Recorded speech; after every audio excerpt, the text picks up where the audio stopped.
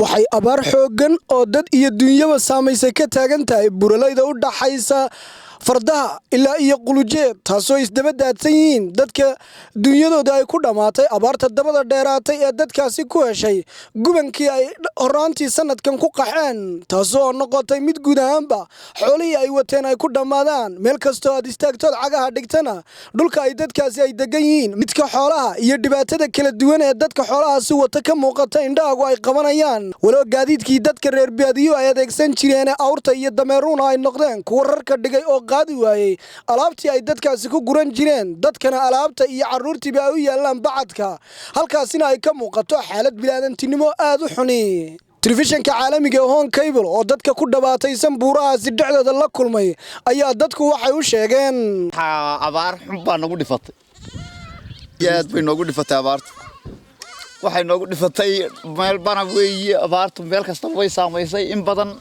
wadanka Soomaaliya oo qadoobka hoose xagga qoyda weeyaan xaaladan ku suganahay waa xaalad culus oo adag weeyaan xagga Ilaahay ama kamto waa abaar lumqad baa igu xun waxa igu xun waa jadiidkii waxaan wadayna waxba way dhaqaaq waay markii hore badnaa maxay idinka dhintay wixii oo dhan koox xildhibaan oo hogaaminaya maayirka magaalada Boorama ayaa iyaguna dadkaasi balsi ay u sabata bixiyaan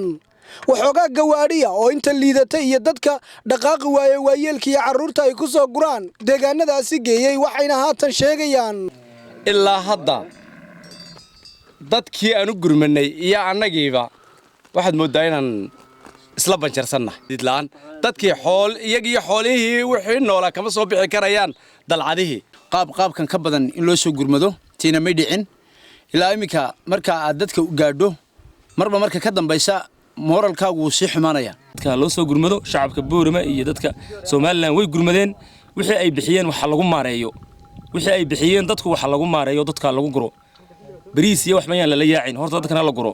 badbaadin baa loo baahan yahay xaaladda ummadaasi ku sugan tahay wallahi run ahaantii quljeed iyo boon ummadda ku sugani badbaado badan bay sameeyeen maanta xaaladda aan ku aragnay meeshaas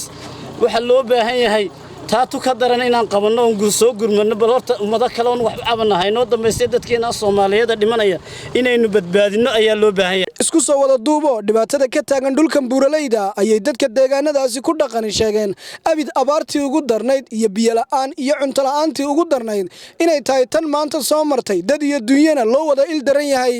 dadkan xoolihii ay dhaqanayeen ayaa guud ahaanba noqday kuwa dhimanaya macaluul iyo gaajo inta soo hadhayna ay tahay inuu dhaqaaqi lahaa waa Horri Axmed Horri telefishinka caalamiga Hon Cable degmada Boon.